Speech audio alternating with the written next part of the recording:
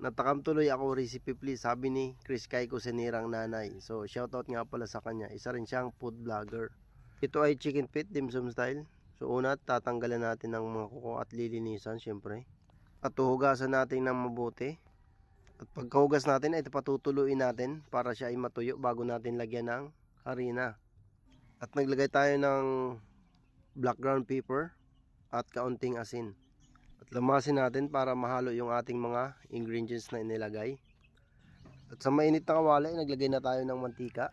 Ito yung palang purpose ng harina, para hindi tumalsik kapag ating iprinito at magiging sarsa yon kapag ating niluto na.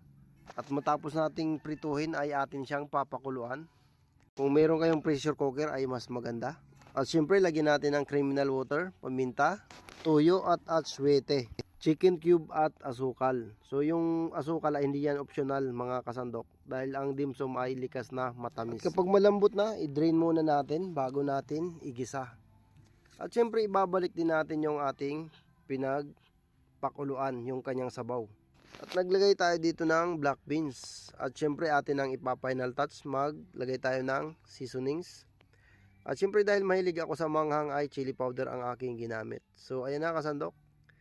So pag ganyang texture ng niluluto mo, so alam mo talagang mapapa-analyze ka na naman. Sayang nga lang walang nakatikim kahit ni isa sa ating mga followers, dahil walang bumili.